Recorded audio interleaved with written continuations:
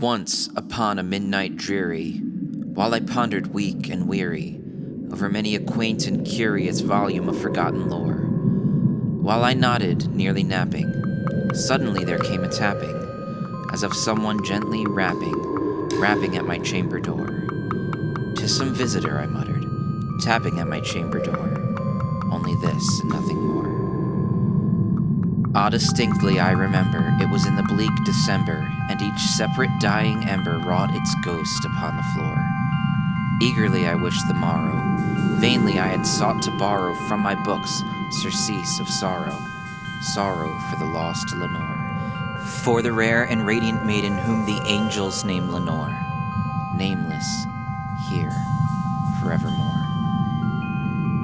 And the silken, sad, uncertain rustling of each purple curtain thrilled me, filled me with fantastic terrors never felt before, so that now, to still the beating of my heart, I stood repeating, "'Tis some visitor entreating entrance at my chamber door. Some late visitor entreating entrance at my chamber door.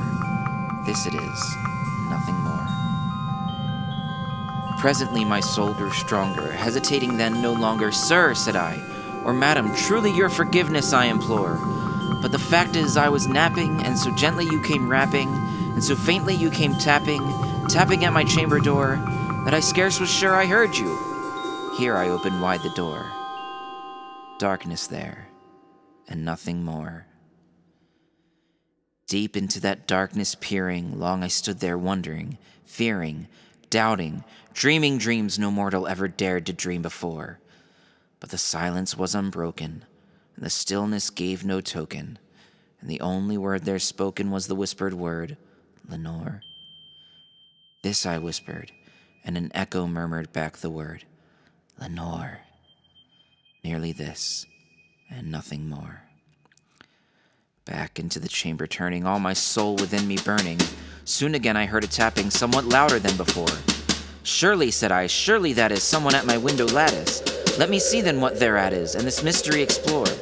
Let my heart be still a moment, and this mystery explore. 'Tis the wind, and nothing more." Open here I flung the shutter, when with many a flirt and flutter, in there stepped a stately raven of the saintly days of yore. Not the least obeisance made he, not a minute stopped or stayed he, but with mien of lord or lady, perched above my chamber door, perched upon a bust of Pallas, just above my chamber door, perched and sat, and nothing more. Then this ebony bird, beguiling my sad fancy into smiling, by the grave and stern decorum of the countenance it wore. "Though thy crest be shorn and shaven, thou," I said, "art sure no craven, ghastly, grim, and ancient raven, wandering from the nightly shore. Tell me what thy lordly name is on this night's Plutonian shore."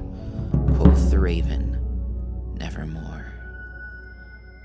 Much I marveled this ungainly fowl to hear discourse so plainly, though its answer little meaning, little relevancy bore. For we cannot help agreeing that no living human being ever yet was blessed with seeing bird above his chamber door, bird or beast upon the sculptured bust above his chamber door, with such a name as Nevermore. But the raven, sitting lonely on the placid bust, spoke only that one word, as if his soul in that one word he did outpour. Nothing farther than he uttered, not a feather than he fluttered, till I scarcely more than muttered, "Other friends have flown before. On the morrow he will leave me, as my hopes have flown before." Then the bird said, "Nevermore." Startled at the stillness broken by reply so aptly spoken, "Doubtless," said I, "what it utters is its only stock in store, caught from some unhappy master whom unmerciful disaster followed fast and followed faster, till his songs one burden bore, till the dirges of his hope that melancholy burden bore of nevermore." But the raven still beguiling all my fancy into smiling, straight I wheeled a cushion seat in front of bird and bust and door.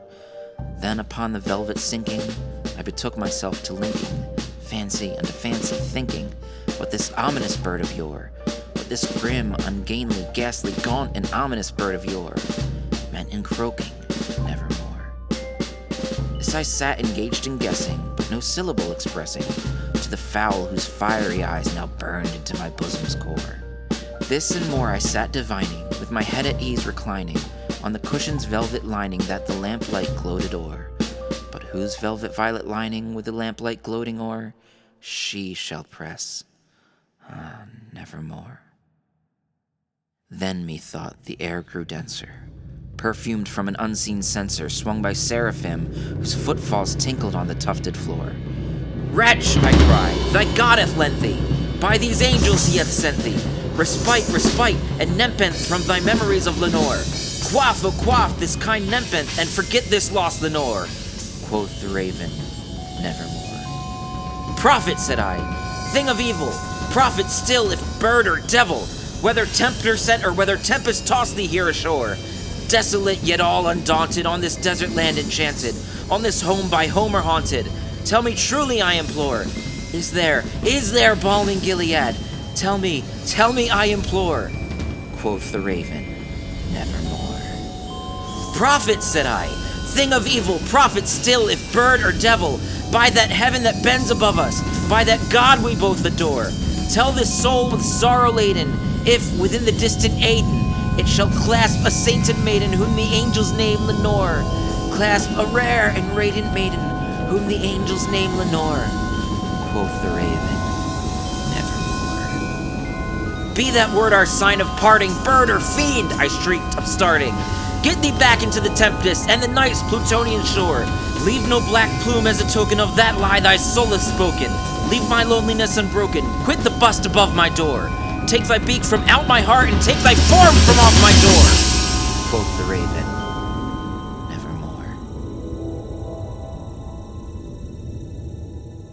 And the raven, never flitting, still is sitting on the pallid bust of Pallas, just above my chamber door. And his eyes have all the seeming of a demon's that is dreaming, and the lamplight o'er him streaming throws his shadow on the floor. And my soul from out that shadow that lies floating on the floor shall be lifted nevermore.